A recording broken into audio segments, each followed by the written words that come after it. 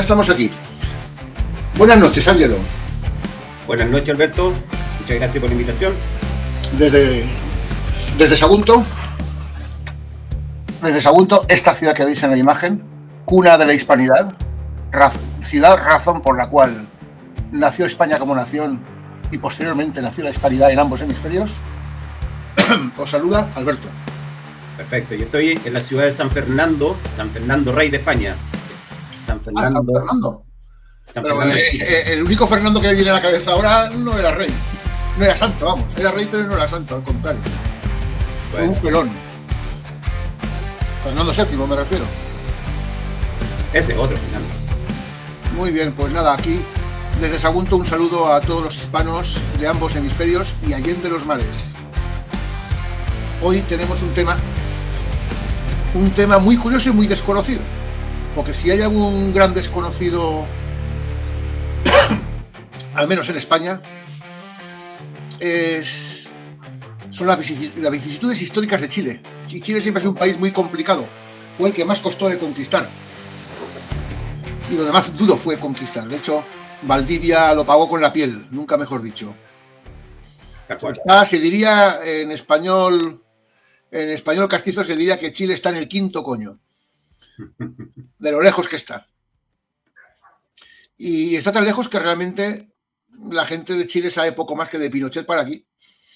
Nadie sabe nada de O'Higgins, nadie sabe nada del archipiélago de Chiloé. Nadie sabe nada de los casi 20 años que estuvieron en guerra civil para independizarse unos y para permanecer otros.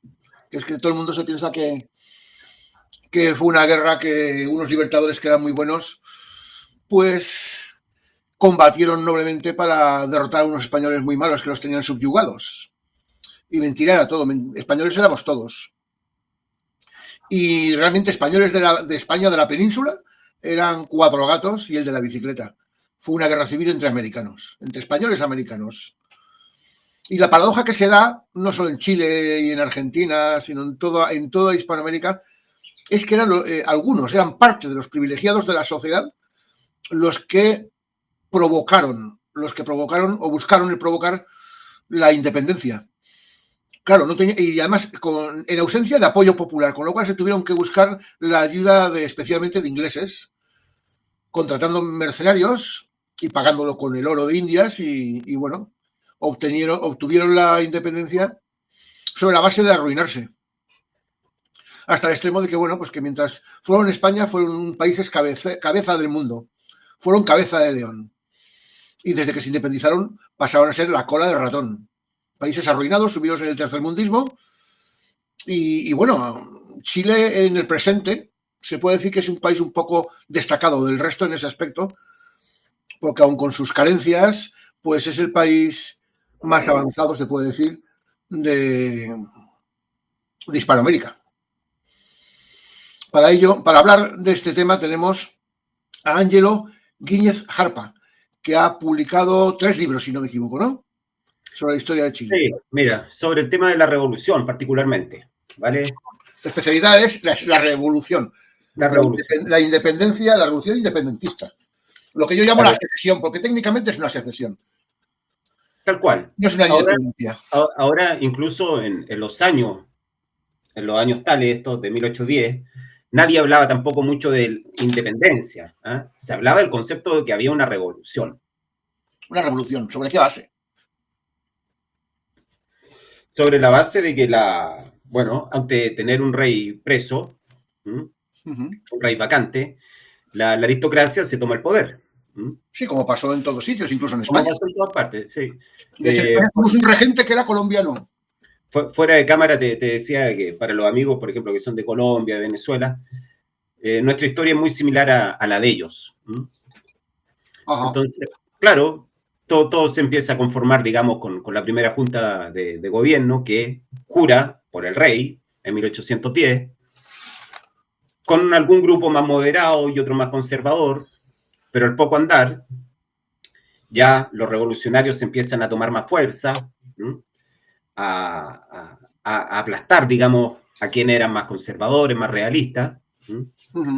Y ya en el año a final de 1812, el virrey del Perú, Abascal, se pone nervioso. Dice, ya Chile están jodiendo mucho y voy a mandar una expedición. Chile es una capitanía general dependiente del virreinato de Perú, ¿verdad? O de la Plata. Así es. Y vamos a hablar ahora especialmente también de Chiloé, ¿cierto? Chiloé dependía directamente del virreinato del Perú. Ajá. No dependía de la capitanía de Chile. No. Ajá. Entonces, por eso ahí hay una cosa especial. El archipiélago de Chiloé está bien al sur, ¿vale? Para quienes no conozcan muy bien, o pueden buscar un mapa. Y bueno, ¿qué pasa? Manda esta expedición, que con suerte eran 3 barquitos nomás, con 5 oficiales y unos pocos soldados. ¿Por qué? Porque estaban preocupados de dar la batalla en otros lados, en el Alto Perú, ¿vale? Y se van a Chiloé. En Chiloé tienen una muy buena acogida y se le entrega una buena cantidad de soldados, 300 más o menos, ¿vale? Voluntarios, del regimiento de Castro. Castro es la capital, ¿vale? Y posteriormente esta escuadra, pequeña escuadra, recala nuevamente pasa a Valdivia, ahí se suman otros más y se va esta expedición hasta la zona del Biobío, con la intención de avanzar hacia Santiago y a mediar con los revolucionarios. En los documentos de quién iba a cargo de esta misión, que era el almirante Pareja, Antonio Pareja, que había peleado en Trafalgar, estaba la idea de ser muy pacífico. La idea era que no se llegase a pelear. Hay muchas cartas pidiendo de que se conservara la paz. Y esto lamentablemente no se puede lograr. Y empiezan a haber ya las primeras batallas en 1813. Entiendo. En 1813. Claro, en 1813. ¿Hubo un punto de inflexión que detonase el convertir lo que era un conflicto político en un conflicto bélico? ¿Qué pasó después de 1812, en que se promulgó la primera Constitución española? Que ese sí que fue el hecho revolucionario. El verdadero hecho revolucionario fue el promulgar la Constitución más avanzada de su tiempo. Pero hay una cosa común en casi todos los países hispanos, es que tras promulgarse esa Constitución, a ciertas clases dirigentes de la élite, pues no les interesaba perder sus privilegios y pasar a ser uno más. Porque el hecho más relevante de esa Constitución es que el rey dejaba de ser el propietario del Estado, pasaba a ser un funcionario al servicio del pueblo y desaparecían las castas dominantes, que hasta entonces era quien dirigía política, económica y militarmente España. Claro. Y eso conllevó ese acto que hoy por hoy, si hay un avance político notable, conllevó el levantamiento. Por ejemplo, México fue un caso causa-efecto directo. Claro. E imponerse la nueva Constitución y automáticamente levantarse los independentistas. Pero los independentistas resulta ser que eran la clase más conservadora y privilegiada de la sociedad, no era el pueblo llano. El pueblo llano no buscaba eso. Claro. ¿Qué analogía trazas tú con lo que entre lo que yo te he dicho con el caso de Chile? Acá es exactamente lo mismo. O sea, los revolucionarios estaban más bien en las 2 grandes ciudades, que eran Santiago y Concepción, y eran las familias de mayor poder adquisitivo de la época. Y bueno, muchos de ellos obviamente eran oficiales del rey. ¿Ya? El primero importante, antes de que aparezca O'Higgins, es José Miguel Carrera, que fue sargento de húsares y peleó en Europa. Bueno, y después ya de un año y medio de distintos tipos de batallas, vino algo similar a lo que pasó en Colombia, que hubo una reconquista. Fueron derrotados los primeros revolucionarios en la batalla de Rancagua, conocida en Chile como el desastre de Rancagua, ¿vale? Donde hasta ahí la presencia militar de soldados peninsulares es mínima. Para Rancagua recién llega el batallón Talavera, pero tampoco llega en su totalidad. No llega un batallón en su totalidad, fue un poquito complementado en el Perú, y ahí los revolucionarios tienen que huir a Mendoza. ¿Vale? Pero Mendoza a sí, Mendoza, ¿no? que ahora es parte de la Argentina. Ajá. Y ahí en la zona de Cuyo, que estaba San Martín, parte, digamos, otra etapa. Otra etapa de los revolucionarios, planificar lo que fue este cruce del ejército llamado Libertador, un ejército mucho más potente, que va a dar la batalla más grande para librar lo que fue, comillas, la independencia en 1817 y 18. Hasta ahí es lo que se conoce, lo que marca la historia oficial de lo que fue la independencia de Chile. Entonces, por tanto, como tú ves el mapa ahí, gran parte de la guerra se dio en la zona de Concepción, Chillán, Ñuble. Chillán, al sur de Santiago. Claro, esa fue la zona de conflicto. Esa fue la zona de conflicto. En Santiago, la única batalla en Maipú. Ajá. ¿Vale? ¿Qué particularidades tiene Chillán? Para que se allí el combate. Claro, ¿por qué se dio ahí? Principalmente porque era el gran foco realista. ¿Por qué era el gran foco realista? Porque el Biobío, que es lo que está marcado ahí, ese río grande, era lo que se denominó en su momento como la zona límite para con los araucanos.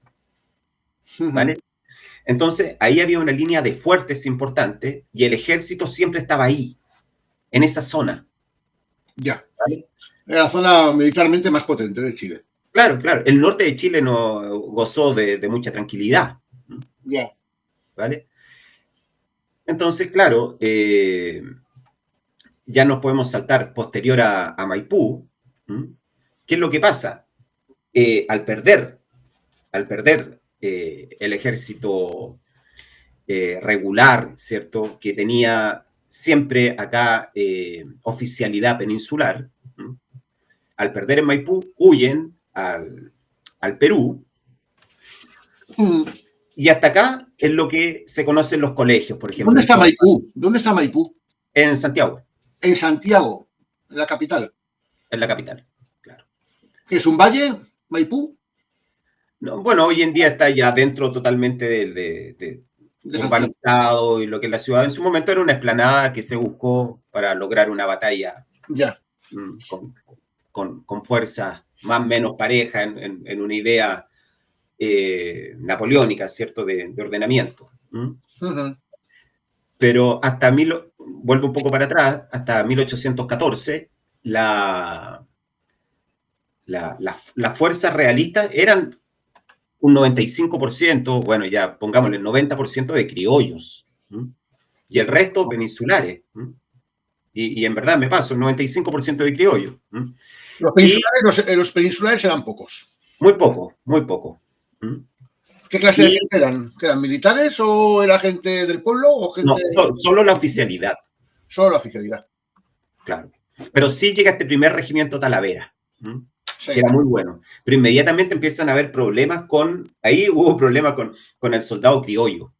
¿Por qué? Porque el Talavera venía de haber peleado en Europa, eran más altaneros, venían con un mejor uniforme, mejor armamento, y gozaban de mayores privilegios. Ya, venían mejor preparados. Claro, pero el soldado criollo le decía, oye, paren, nosotros llevamos 1 año y medio peleando, ustedes llegan recién. Entonces, empezaron a haber ahí algunos problemas.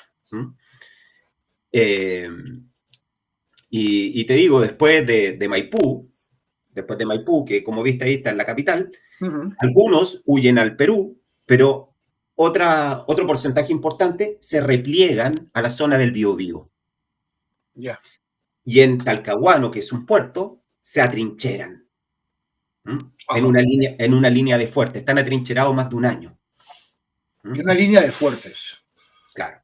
Entonces ahí llega, cuando cruza San Martín, aparecen una cantidad enorme de oficiales napoleónicos, le llamamos acá, de distintas partes. Franceses, ingleses, hasta italianos. ¿A sueldo de quién? De la República. ¿De qué república? No, Chile no está constituida. de la República de Chile que estaban haciendo. Nombres como... ¿Organizados por quién? No, mira, nombres como Breyer, Miller, Tupper, aparece Cochrane por esos años, Cochrane, liderando, el embajador de Perú, de Lima. liderando la escuadra nacional. Entonces, bueno, todos estos realistas... Lo que te quiero decir es si esos mercenarios europeos venían a sueldo de Inglaterra, sí o no. Lo pagaba Chile, como pagó Chile también el ejército. Como pagó también Chile la expedición al Perú. Ahora, ¿quién se vio beneficiado? Ya sabemos quién, pero lo pagó Chile, se endeudó Chile con eso. Ellos se pararon un ejército inglés, era un ejército de una legión inglesa.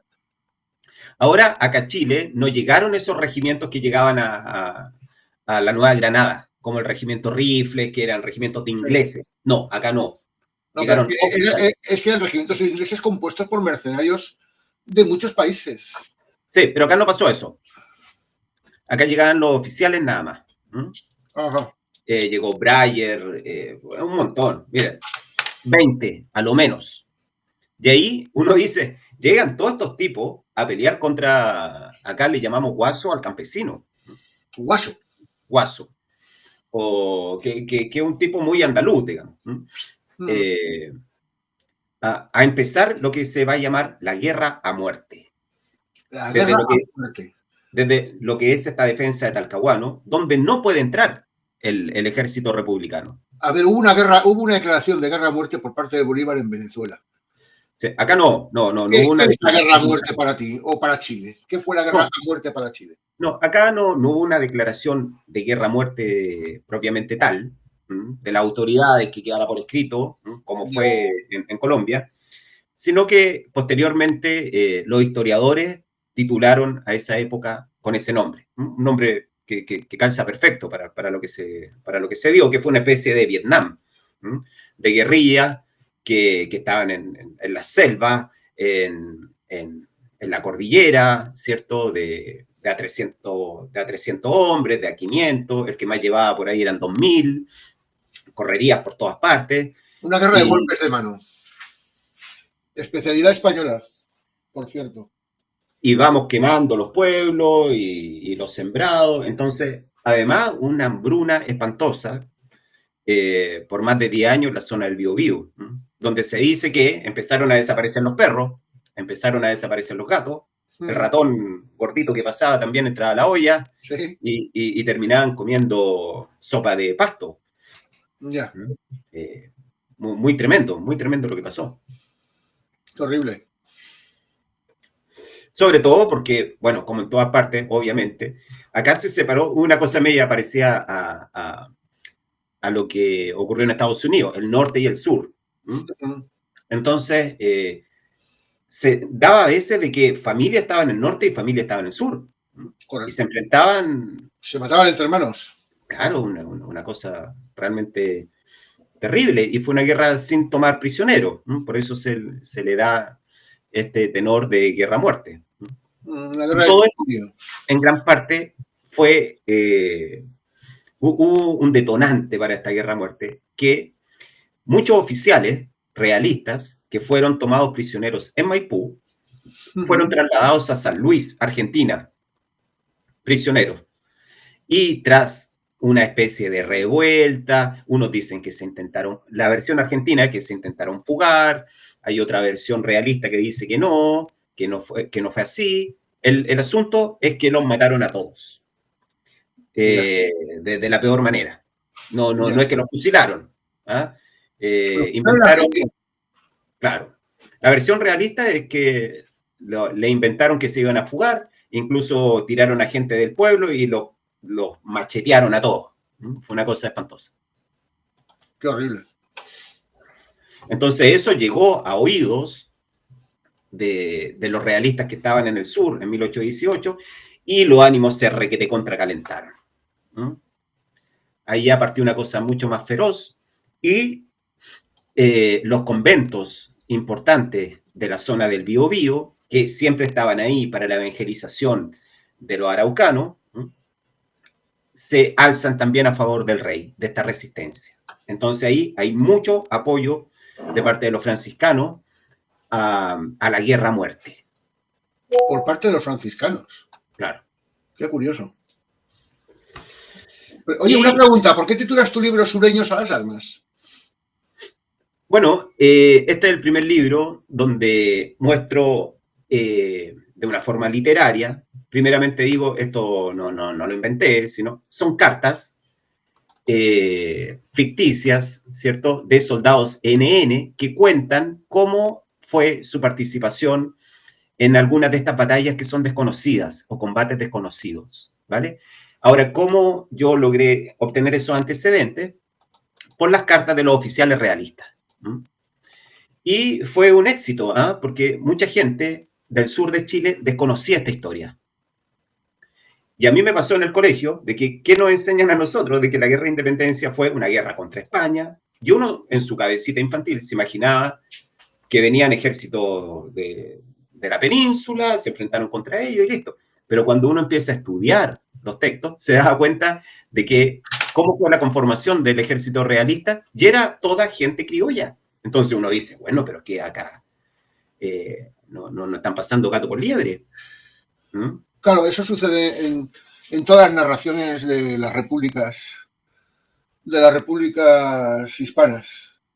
Siempre venden una narrativa como si hubiesen existido toda la vida, como si toda la vida hubiese existido Chile, toda la vida hubiese existido Argentina, o Colombia o Venezuela, y que todos eran colonias de un imperio español malvado y conquistador.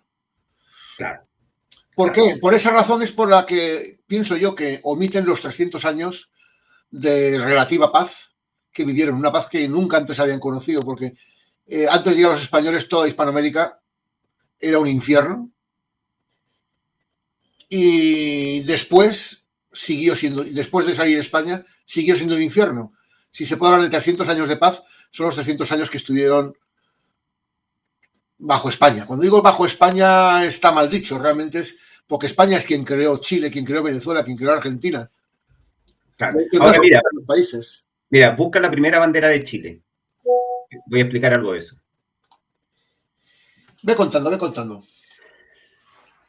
Es muy interesante ver la primera bandera de Chile, sobre todo por cómo ellos seguramente piensan o pensaron muy a futuro.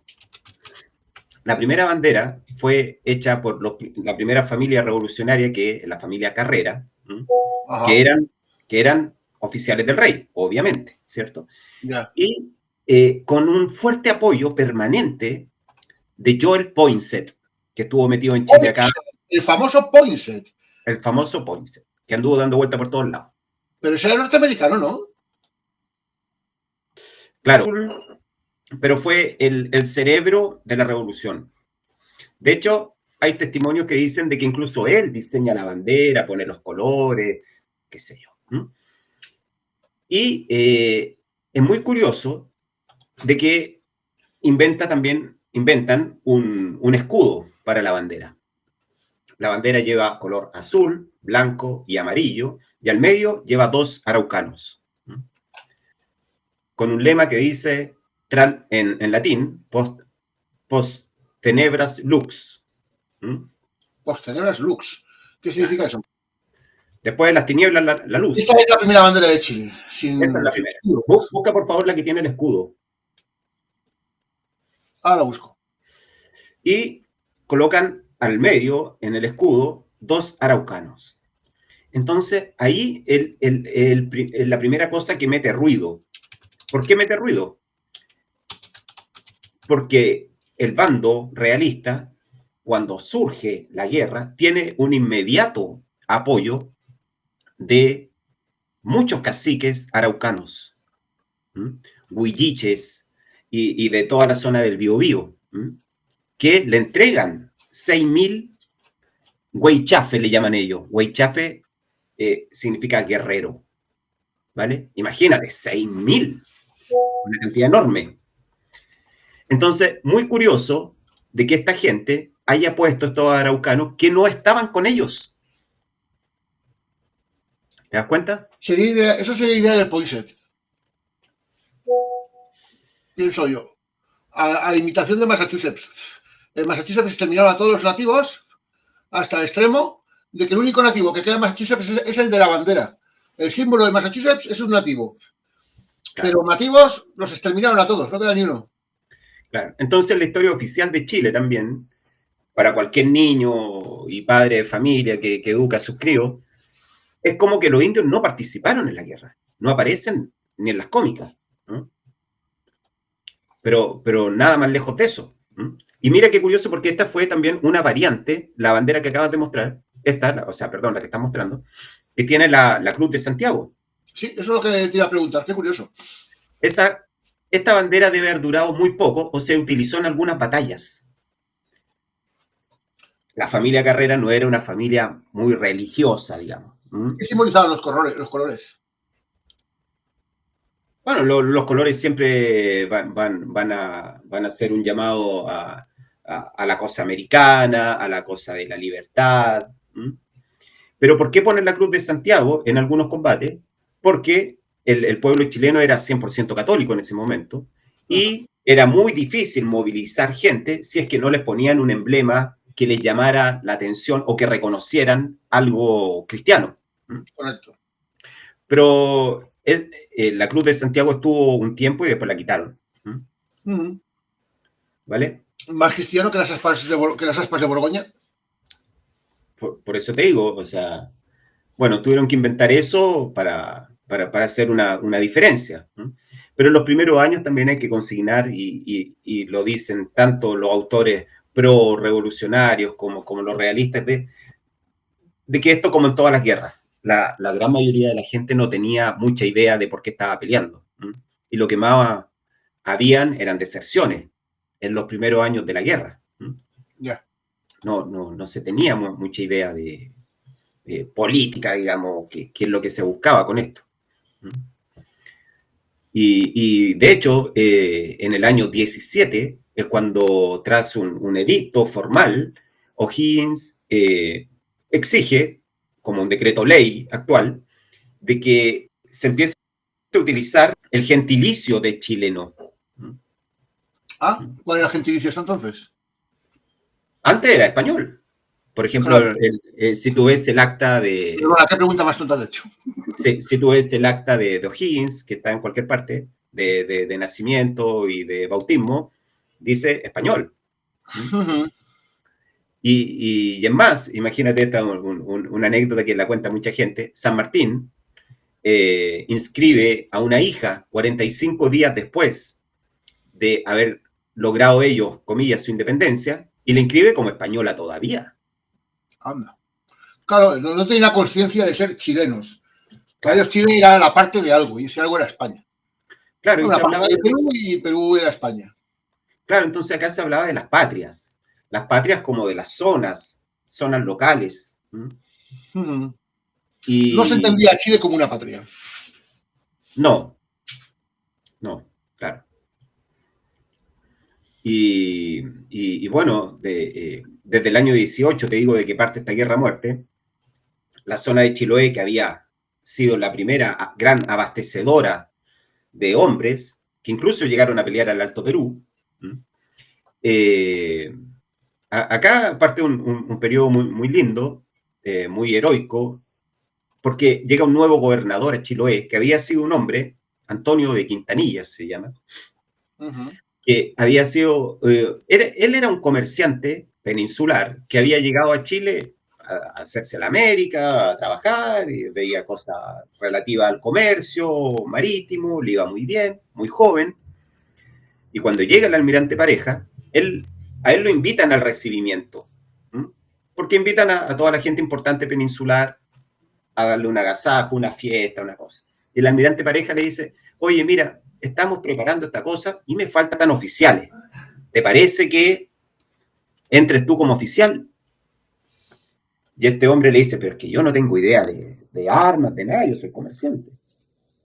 Le dice, métete igual, yo te enseño en el camino de acá a Santiago, o que nos acerquemos a Santiago. Y el tipo cuenta en su autobiografía que al otro día se mandó a hacer un uniforme, se compró un par de pistolas, Y en el camino, bueno, le fueron enseñando y se hizo cargo, porque era un tipo inteligente y sabía manejar gente, de un pequeño grupo. Y ahí él comenta de que al poco andar pierde toda su fortuna, porque le llegan noticias de que Concepción había sido arrasado y ahí se da cuenta que queda con lo puesto. Un tipo joven, como te digo, y más encima a la tercera batalla, combate, en el cual él está, en la zona de San Carlos. Todo esto está muy bien documentado por la autobiografía de él. Le llega un casquete cerca del oído y lo deja prácticamente muerto.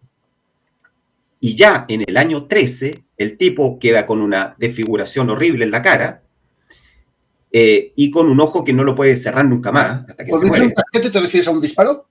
Claro, claro. Queda con un ojo abierto para siempre y con una desfiguración horrible en la cara y en la oreja. Y este es el tipo que después le dicen que se tiene que hacer cargo de Chiloé. Llega a Chiloé el año 19. Como gobernador, quieres decir. Como gobernador, y ve que al que tiene que destituir, que es de apellido Justice, estaba construyendo un barco, ¿vale? Para un barco de emergencia. En caso de que lo invadieran, el tipo iba a arrancar. Lo destituye, junta a todo el pueblo y hace la de Cortés. Les dice, bueno, yo vengo acá, he luchado aquí, aquí y allá, él estuvo peleando en Rancagua, estuvo en Chacabuco, tenía cualquier cantidad de experiencia ya como veterano, y les dice, bueno, yo estoy acá y muero con ustedes, a quemar el barco. Queman el barco y el tipo se queda ahí, al poco rato se enamora de una isleña, tiene hijito, entonces ya el tipo era un chilote más. Correcto. Al año 20 ocurre una cosa muy extraña que nadie sabe cómo Cochrane se tomó con muy poco hombre las fortalezas de Valdivia y junto a Miller dicen, bueno, vamos a tomar Chiloé. Y son repelidos en Chiloé. ¿Vale? Y después ya el año 24, otra fuerza más grande todavía, ya no estaba O'Higgins, sino que estaba Freire, más otros oficiales de estos napoleónicos, se quieren ir a tomar Chiloé, y ahí viene el gran triunfo de Mocopulli, se llama la batalla que se libró el año 24, donde los chilotes repelen por segunda vez al ejército republicano, ¿vale? Chileno. Claro. ¿La primera intervención de Cochrane fue con chilenos o con chilenos? Con chilenos. Sí, con chilenos. ¿Qué fuerzas inglesas participaron? A lo largo de la guerra de independencia. No, ingleses, la participación de ingleses es solamente oficialidad. Solamente oficialidad. Claro. Ahora algunos de ellos murieron también. Se encontraban los guasos, le hacían escaramuza y cuestiones, y algunos fueron muertos en este periodo que se le llamó Guerra-Muerte. Pero la lucha de Chiloé es muy importante porque esto no está en los textos de estudio, o sea, cómo ellos aguantaron a base de comer pura patata, que le dicen, y marisco. Dicen que no había, por años, no hubo ni tabaco para fumar, carne no había, nadie podía sembrar. Es una cosa espantosa.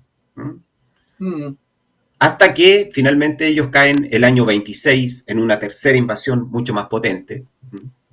Y Quintanilla ya se tiene que entregar. Y Quintanilla termina en la península. ¿Ah, sí? ¿No lo fusilaron? No, termina en la península. Ahí hubo un trato muy bueno, digamos. Y a él le ofrecen integrarse como general republicano y él dice que no. Y le ofrecen mandarlo a España con todos los gastos pagos y qué sé yo, si es que jura y firma que no se va a levantar nunca más contra los países americanos. Y él dice que no. Entonces, bueno, se tiene que ir en un barco francés que por ahí lo meten con la familia. Y el pobre llega allá y se encuentra con las guerras carlistas. Entonces salió de una para meterse en otra. Vaya. Y muere de viejo, ¿eh? Muere de viejo en su pueblo. Sí, murió en 1863 en Almería, según reza aquí. Sí. Muy interesante. Y él, en los últimos años de vida, que también estuvo muy pobre, tenía un hijo, y él escribe su autobiografía, que son unas 70 páginas, muy recomendable para cualquiera, con la intención de que su hijo pueda salir a pedir trabajo. Mira qué tremendo. ¿Pero en Chile o en España? No, en la península. Ajá. Aquí tenemos al general Quintanilla. Ahí está el amigo Quintanilla, que era un comerciante que terminó de brigadier. Ajá. ¿En España continuó siendo militar? Sí, claro. Y ahí se ve el ojo. ¿Con los carlistas o con los cristinos o isabelinos? Estuvo del lado isabelino, al parecer. Ajá. O sea, combatió con los liberales. Sí. Muy bien. Mira, un personaje desconocido, ¿ves? No, sí, profundamente desconocido. Y esa es la única pintura que hay de él, no hay más. Y fue el último gobernador español de Chiloé. Así es. Se hartó de esperar a recibir refuerzos. 2 años después se mantuvo después de Ayacucho. O sea, él tenía totalmente claro que estaba dando una lucha perdida, pero la continuó dando, una cosa impresionante. Qué curioso. Sí, muy bonita la historia de él. Entonces, como este año se cumplieron en abril, el 1 de abril, los 200 años de Mocopulli, hubo una especie de reconocimiento a Quintanilla y al pueblo chilote realista en Chiloé. Por el pueblo más que nada, por algunos profesores. De Chiloé. De Chiloé, por un museo, por aquí, por allá, gente que se organizó, hicieron un documental con mucho esfuerzo. Bueno, para los que puedan revisar, el himno de Chiloé, que es como una canción folclórica, reza de que ellos fueron el último reducto español. Correcto. Es muy lindo. Y por transmisión oral, ellos han mantenido su fidelidad a considerarse españoles. Pero es un sentimiento que existe en Chiloé. Claro. ¿Seguís sintiéndose españoles? Esta estatua que le quieren dedicar es a Quintanilla. Claro, este es el último gobernador. Ahora, ¿por qué surgió esta iniciativa de mi gran amigo? Me recuerda al rey Juan Carlos, ¿eh? de mi gran amigo que está ahí, que es el escultor Ropo March, de la Argentina. Ropo March se llama. ¿Por qué surgió esta idea? ¿Por qué? Porque en el archipiélago hay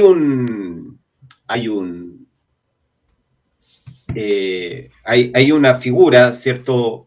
Hay un obelisco, que tú sabes de dónde vienen los obeliscos, donde muestran en 4 caras personajes que iniciaron la República, pero le dan un espacio a un Quintanilla, ¿vale? Curioso. Sí, pero lo ponen con una figura que si es que era el primo de Quintanilla, con suerte, o sea, es cualquier otro, ¿no? Colocaron cualquier cara de cualquier cosa, ¿vale?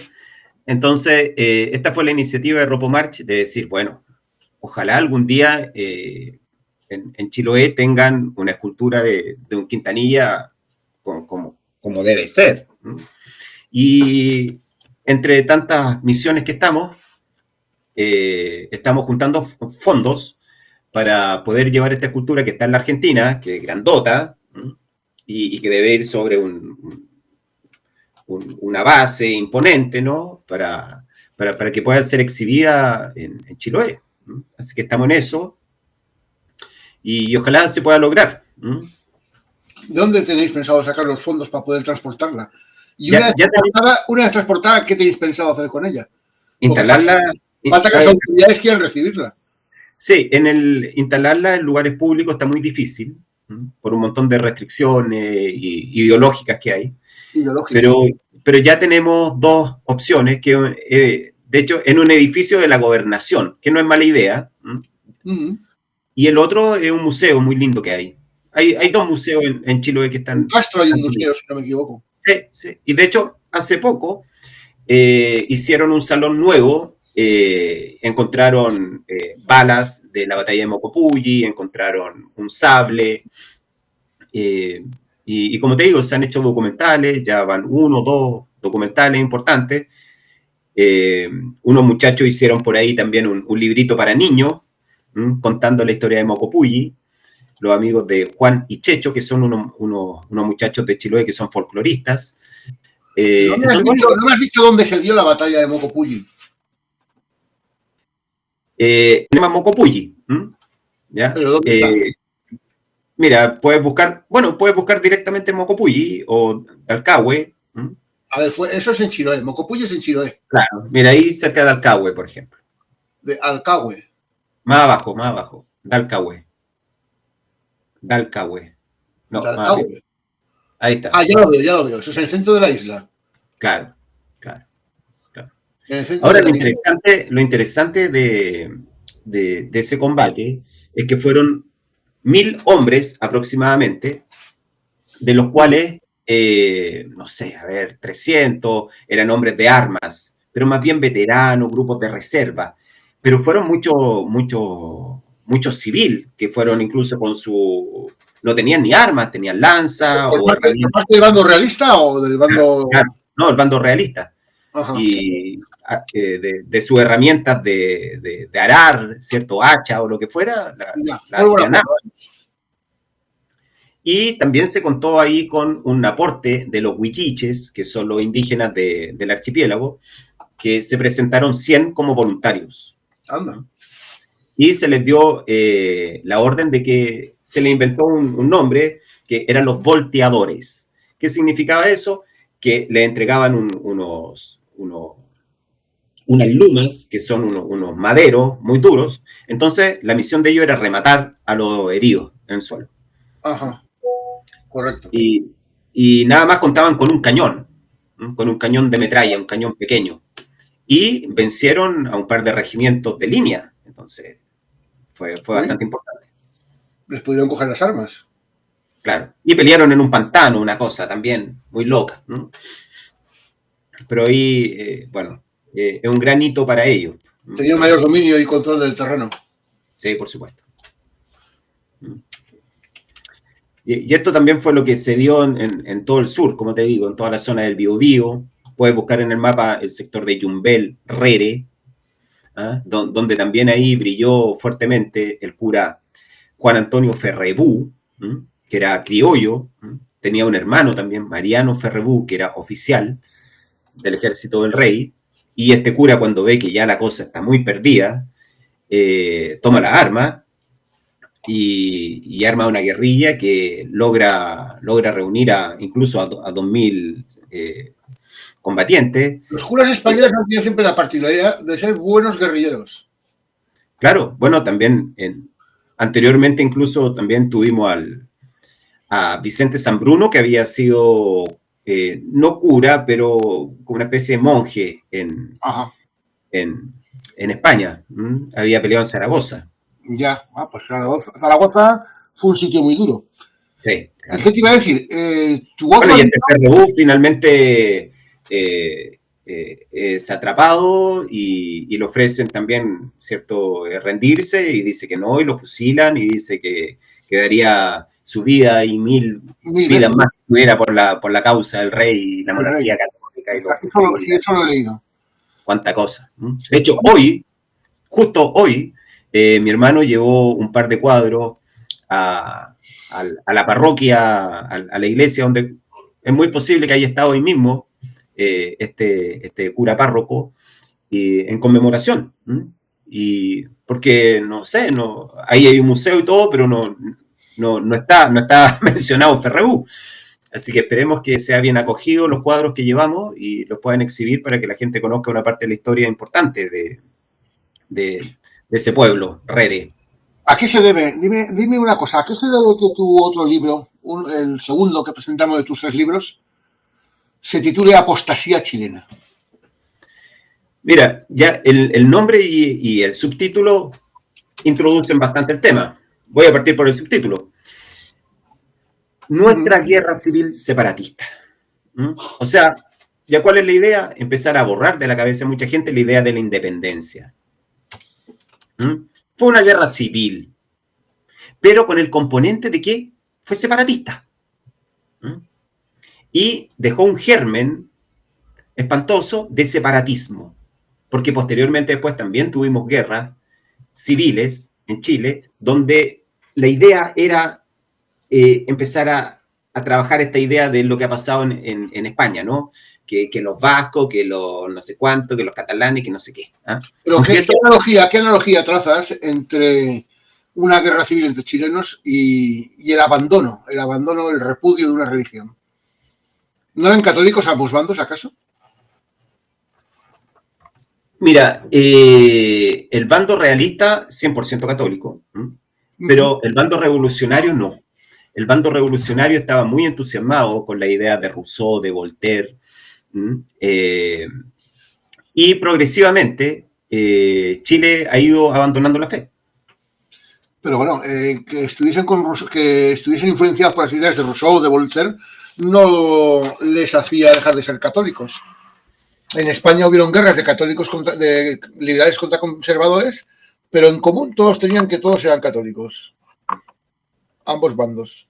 Es que, bueno, son católicos contaminados por ese liberalismo. Contaminado. Bueno. Sí, bueno, se puede utilizar la palabra contaminado. Y realmente el liberalismo no pretendía repudiar la religión católica, sino separarla del Estado. Lo que resultaba anacrónico es que un Estado moderno siguiese regulado y restringido por el criterio que imponían la jerarquía religiosa. Te entiendo. Y la economía. En España, el 35% de la economía española estaba en manos de la Iglesia. Claro, entiendo el punto, pero podemos ver los frutos de esto. O sea, hasta 1810 teníamos en América, en general, un pueblo 100% católico, y pasados 200 años, que no es mucho tiempo, no es mucho tiempo. Quizás lo más importante que hemos visto en este cambio de 200 años es que prácticamente no hay católicos en América. En 60 años, desde el concilio de Nicea hasta, no recuerdo quién fue, ahora no me sale, hasta el edicto de Teodosio, pues pasaron 60-70 años y de simplemente ser legal la religión cristiana pasó a ser la religión hegemónica en el Imperio Romano. Claro. Hegemónica militar, y vamos, que o si no eras cristiano, era ya una razón para que fueses perseguido políticamente. Claro. Ahora te digo, en este periodo de la revolución, el clero también tuvo una separación importante. Los revolucionarios contaron con una parte del clero, que se destacaba por ser muy liberal, y que eran los más enfervorizados y los más enérgicos en cuanto a tomar las armas. Pero vamos a ver, es que aquí hay una cosa que no me cuadra. Le acusan de liberales a los revolucionarios separatistas, pero realmente procedían de las esferas más conservadoras de la época. Es el caso de Venezuela, con los mantuanos, que eran las élites ultraconservadoras, que se manifestaban incluso en contra de abolir la esclavitud, pero luego eran revolucionarios. Y llega un tradicionalista y los acusa de liberales. Y de liberales no tenían nada, pero nada. Eran lo más conservador y retrógrado y anacrónico de la sociedad. Ya, no, en Chile en Chile no eran conservadores los liberales. En nada. Acá saquémoslo también del aspecto económico. Estaban muy entusiasmados con Estados Unidos, por ejemplo. Por algo acá llega Poinsett y triunfa. Claro. O sea, estaban todos entusiasmados. De hecho, hay documentos de la época que decían, ¿y por qué toman tanto en serio este Poinsett? Si un pobre gallo ese. Pero había como una fascinación, como un agringamiento, como también en la época hablamos de un afrancesamiento. Había ya como una cosa de que, no sé, en Estados Unidos, bueno, ahí está el progreso y no sé qué. Y lo que viene después bien patético en Chile. Las clases altas chilenas se afrancesan de una manera espantosa. En 1860 y 70 hay relatos que son realmente para la risa, que en los restaurantes bonitos de la capital, todos los garzones te atendían en francés. Ay. Y trajeron adoquines de París para ornamentar las calles más importantes de Santiago. Todavía están. Entonces había una locura, pero total, un afrancesamiento, pero general. ¿Mm? Y bueno, estas clases altas que quedaron, que también eran muy españolas y toda la cosa, de a poco lo fueron perdiendo, porque se afrancesaron. ¿Mm? De hecho, estas clases altas chilenas, de apellido de abolengo español, rechazan hablar de esta resistencia popular del sur de Chile. ¿Por qué? Porque son los rotos. ¿Por qué? Porque fue el bajo pueblo, fueron los indios. Entonces, al final prefieren estar del bando de la modernidad, de Europa, de Estados Unidos. Les acomoda más eso.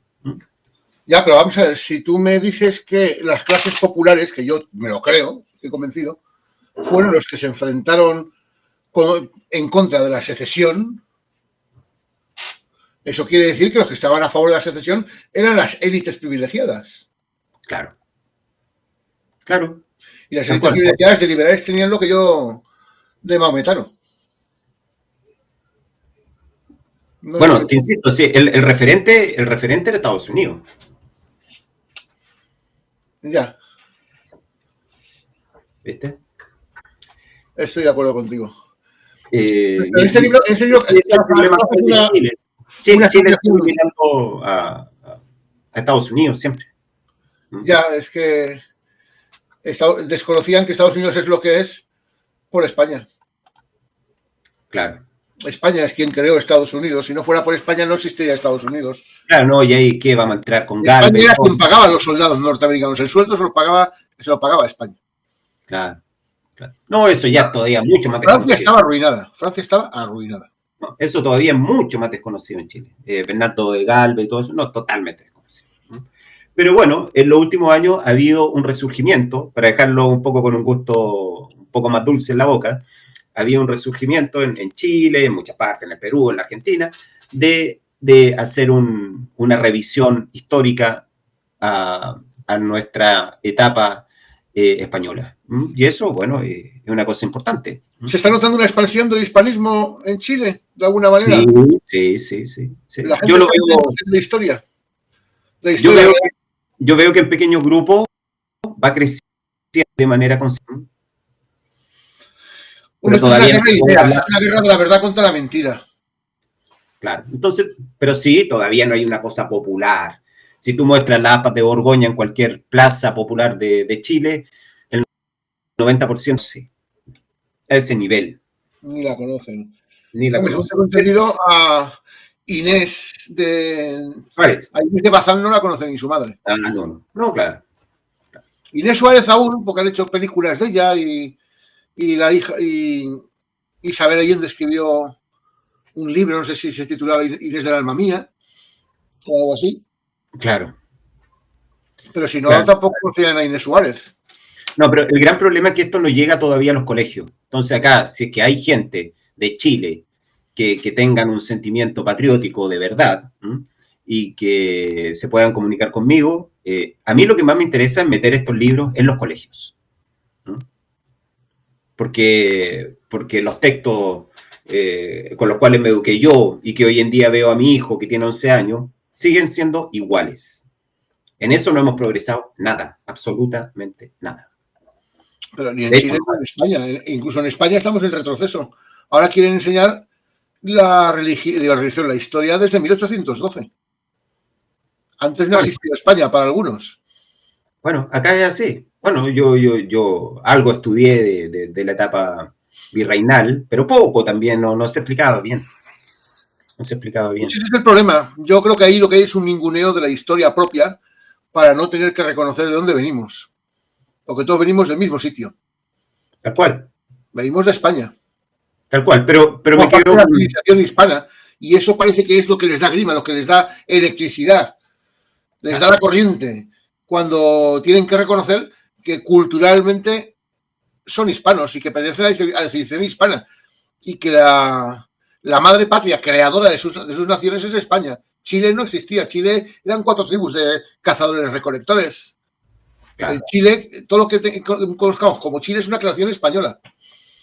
Ahora lo que ha sido bueno, que en los últimos años ya hay pequeñas organizaciones que se están manteniendo en el tiempo y están haciendo harta divulgación, como Hispanismo Chile, que tiene una muy buena página de divulgación, hacen bonitas fiestas donde muestran la tradición y toda la Unión Americana y con España, obviamente. Está Centro Indiano también, que son gente muy buena. Entonces, te digo, nosotros nos hemos podido abastecer de algunos historiadores chilenos más hispánicos, ¿cierto? Pero que han sido tipos que han vivido en la oscuridad total. Muy buena gente, pero que han vivido solos. O sea, pero ahora no estamos tan solos. O sea, yo creo, pues podría asegurar, que hoy en día es el momento más alto del hispanismo en Chile, al menos. Seguiremos siendo pocos, pero va sumando. Y todo gracias a las nuevas tecnologías. Sí, y porque la gente también se ha ido un poco hartando de no sé, de las contingencias políticas, de un montón de cosas, y empiezan a mirar un poco para atrás, a decir, bueno, y tenemos esto, pero ¿qué había antes? Y bueno, sí, naturalmente esta cosa del YouTube y cuánta cosa ha ayudado mucho a acercar a la gente a... ¿Por qué? Porque YouTube no tiene fronteras. Claro. Y las independencias lo que hicieron fue crear 22 países con sus 22 fronteras, con sus 22 códigos de comercio, sus 22 códigos penales y con sus 22 instituciones fiscales, sus 22 aranceles, y lo que hicieron fue destruir el comercio entre nosotros. Antes éramos ricos porque teníamos un comercio muy grande. Claro. Ahora el pueblo en general, en todas partes, tú ves que siguen manteniendo la misma manera de ser, las tradiciones se mantienen, y tú puedes llegar caminando de Chile hasta México y te vas a entender con toda la gente. Sí, pero no puedes comerciar con la misma facilidad que puedes comunicar. No, pero digo, todavía mantenemos un idioma común, porque los dialectos las diferencias son mínimas. Los chinos entre ellos seguro que no se entienden. Pero no se puede llamar ni dialecto. Hablamos español o castellano si quieres. No, claro, pero digo que en algunos sectores hay pequeñas diferencias, o mantienen más no sé, el quechua o lo que venga, pero la unidad está prácticamente intacta. Un quechua se entiende igualmente con un mexica en español. Sí, uno puede hablar el náhuatl y otro puede hablar el quechua, pero al final ambos se entienden en español. Así es. Eso es lo bonito, eso es lo que nos da la fuerza. Claro. Es que, ¿qué tiene? ¿18 millones de habitantes Chile? Sí, más o menos. Pues cualquiera... Para el tiempo de la revolución teníamos 1 millón. Ya. Es que imagínate poder comercial y tener libertad de tránsito de personas, bienes y mercancías entre 600 millones de hispanohablantes. Claro. Ahora mira, con lo que me gustaría ir cerrando, ya veo que estamos pasando la hora, en no ver esta idea del amor al hispanismo como una cosa del pasado. No, es una cosa que tiene mucho más futuro que pasado. ¿Vale? Y lo importante es que nos empecemos a querer de vuelta, nos empecemos a reconocer de vuelta, y bueno, todo después va a ir surgiendo de manera natural y espontánea como crecen los pueblos. Te entiendo perfectamente. Así que quedemos con ese mensaje optimista. Pues sí, pues el tema está en difundir la realidad de lo que somos y hacer comprender a la gente que juntos, unidos bajo unas mismas leyes y bajo una misma frontera para todos, o sea, ninguna, pues podemos ser muchísimo más prósperos. Y además mucho más fuertes porque no tenemos que depender de las imposiciones o influencias interesadas de otras naciones. De acuerdo. En fin, no vamos a marear más a nuestra audiencia. Y nada, Ángelo, un placer enorme haberte conocido. Y tenemos que retocar este tema más adelante. Así es. Hablar del presidente de Chile y cómo podemos impulsar que un chileno y un español no necesiten distintos pasaportes. Eso. Un abrazo muy grande a tu audiencia. Muchas gracias por la invitación. Y nos estaremos viendo. Pues nada, un placer. Hasta pronto. Adiós a todos. Muy bien.